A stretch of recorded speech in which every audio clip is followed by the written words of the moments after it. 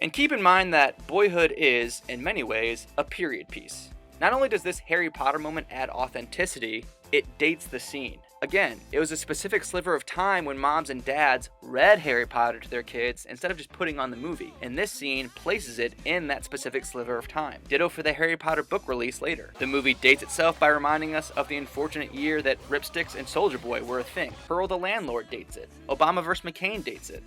And a lot of period piece movies have these knowing references for the audience. What's the artist's name? Something Picasso? Something Picasso? He won't amount to a thing. He won't, trust me. Let's put the cigar in the bedroom. At least they were cheap.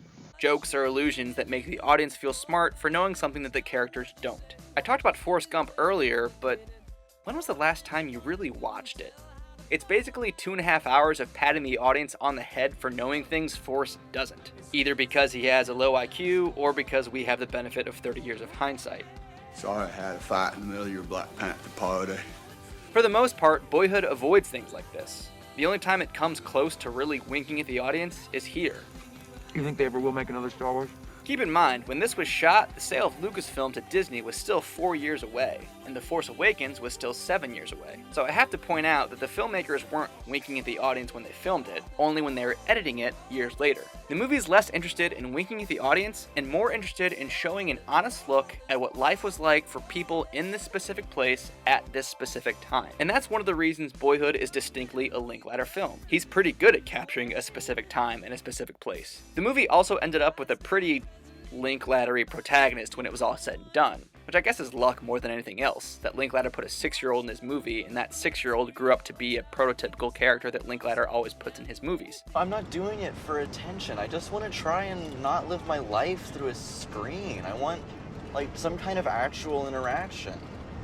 A real person, not just the profile they put up. Then there's the later scenes that are basically a love letter to Austin, where Linklater calls home. But I think the most Linklater-y aspect of Boyhood is how much it plays with time. This is the same filmmaker who made a trilogy of 3 conversationalist movies, each taking place 9 years after the previous installment, showing how the characters and their relationship changes over the course of 18 years. He's basically doing the same here, but to a more intense level. The 9 years between installments of the Before trilogy, or for that matter, the 7-year span between the installments of the Up series, take place over the course of an hour or so in Boyhood. Every cut of the camera can advance the story 12 seconds or 12 months. And I love how this cut in particular winks at this idea. From Mason taking a photo, to him developing a photo, tricking you into thinking that it's only a few hours later, when it's actually a full year.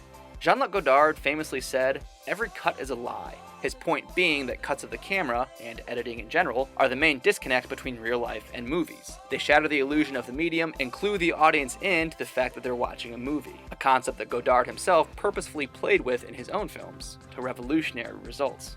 But these cuts in Boyhood aren't lies.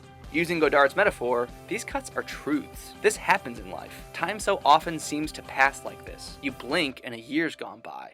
If that hasn't been your experience, it probably will be someday. That's part of the human condition. And yeah, people throw around that term, the human condition. It's hard to pin down an exact definition, but it's essentially a catch-all term for the things that make up human existence, the human experience, things that every person deals with. If Boyhood is about anything, it's just about what life is like. This is what growing up is like, at least a version of it. And growing up is part of the human experience. Everyone does it. And time passes for everyone. Everyone gets older. And sometimes it passes very quickly, quicker than we realize. Seeing Olivia grow from a young single mother to a middle-aged, well-educated empty nester shows this. Seeing Mason Sr. grow from a naive but well-meaning single father, finally deciding he wants to be in his kid's life, to a responsible husband, father, and minivan driver shows this too. Probably turned into the boring, castrated guy she wanted me to be 15, 20 years ago, you know. Try to appreciate that these two characters really only share 2 conversations the whole movie, here and here. How much time has passed, and how much have they changed, and how much have their respective situations changed in all that time? Have you ever looked at all of your school pictures from picture day in sequential order and marveled at how small the changes are from year to year, but how dramatic they are over time? This is the movie version of doing that, except with fictional characters. And you're not just looking at pictures, you're seeing snippets of the person's life at that age. There's a quote you may have heard before that says, "The days are long, but the years are short." Never is this more painfully obvious than while watching Boyhood. The things that actually happen in Boyhood are, for the most part, interesting and compelling enough.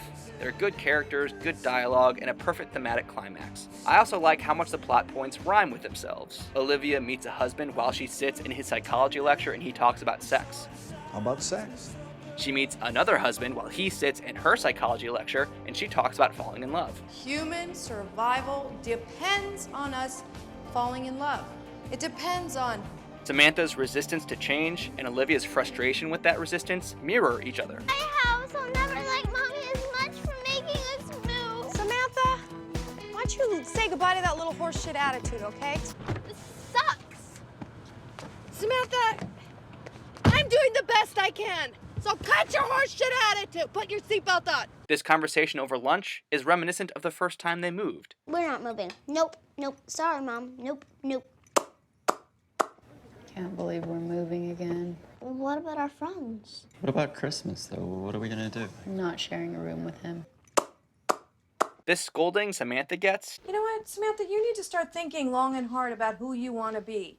is the same scolding Mason gets years later. Who do you want to be, Mason? What do you want to do?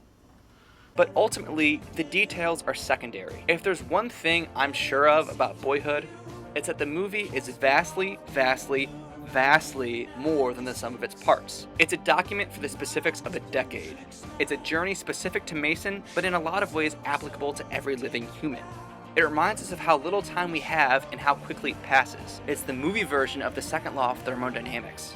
There's another movie I really love that also plays with the passage of time, and that's also about the human condition. And here's a brief clip from it. I will be dying. And so will you. And so will everyone here. We're all hurtling towards death. Yet here we are for the moment, alive. Each of us knowing we're going to die. Each of us secretly believing we won't. Synecdoche, New York takes a different, much more surreal approach to the passage of time and to the human condition, focusing more on the back end of life than the front end of life. But, like Boyhood, it's also about how impossibly fast time passes us by. In the subtly surreal opening scene, literal months pass by over the course of what looks like one morning. 22nd of September in D.C. today, October 15th. Harold Pinter died. Milk's expired. Happy Halloween, Schenectady, for today, November 1st. Stroke. But mortality and the passage of time sort of go hand in hand. Both are inevitabilities and part of the human condition. And so, mortality is sort of the unspoken word at the heart of Boyhood's theme, but it's approached with a much more hopeful mindset. It's not as bleak as Synecdoche because it focuses more on young people, but it does kind of get there with Olivia's final scene. I once said on this channel that often the most significant and affecting works of art are those that make us examine ourselves and our lives. Few movies have made me examine my own life more than Boyhood. Synecdoche, New York shows us an inevitability of life, but one that the audience hasn't yet been through. Boyhood shows us an inevitability of life that the entire audience has either been through or is currently going through.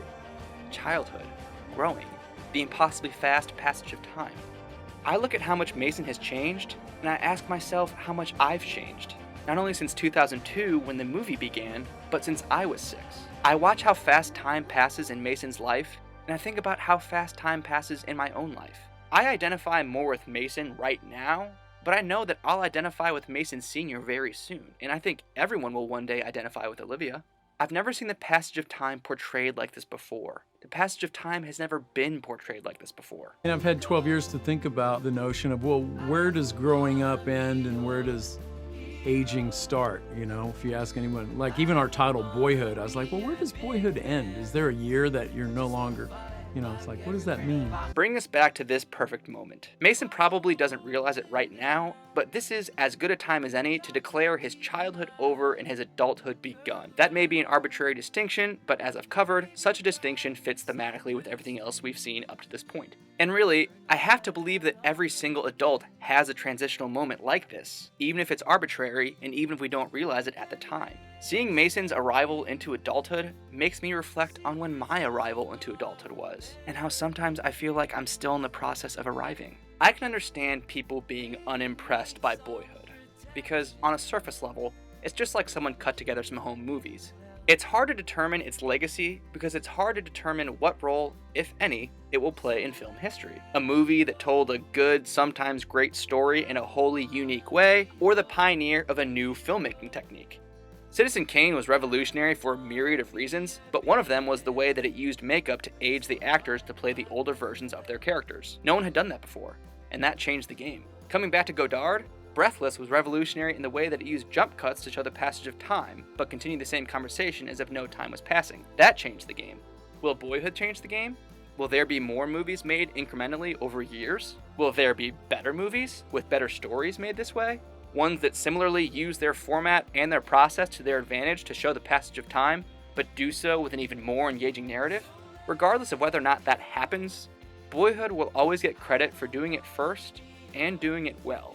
I honestly can't adequately explain how much Boyhood affected me on a personal level, which kind of sucks because that's the whole point of this channel. Yeah, a lot of movies cover time and how quickly it passes as a theme, but few did so as convincingly as Boyhood. Few movies made me sit quietly in my car in the theater parking lot, thinking about where I am in my life, where I'm going with my life, and how long it's taking me to get there. Few movies made me really examine the path I've taken to become who I am today. The way we see the path Mason takes to become who he is, and Mason Sr. and Olivia for that matter. It's intimate but epic. It's specific but universal. It's simple but profound. It's a miracle that it was even made, to say nothing of how devastatingly effective it is. I think the most crucial purpose of art is to reflect life, but to also teach us something about life. Boyhood teaches us something that we all already know. It's constant. The moments, it's like it's always right now, you know? Yeah. But does so in such a unique, ambitious way, the lesson feels new. And in terms of reflecting life, I'm not sure I can think of any piece of art, film or otherwise, that more accurately reflects life for a young man living in the 2000s. With its scope and its scale, Boyhood transcends its very format and shows us a truth in a way that, I think, no other movie has ever been able to. Living in the now isn't just for the middle-aged. Time passes just as quickly in your childhood as it does in your twilight, 1 second at a time. I appreciate the journeys of Caden Cotard and Lester Burnham, but I don't want to be like them, where I wake up in 20 years and realize my life's half over. That's what happened to Olivia. I just thought there would be more. I'd rather be like Mason.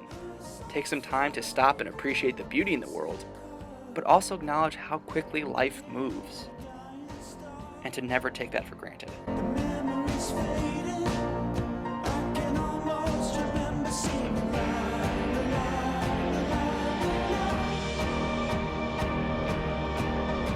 True dat.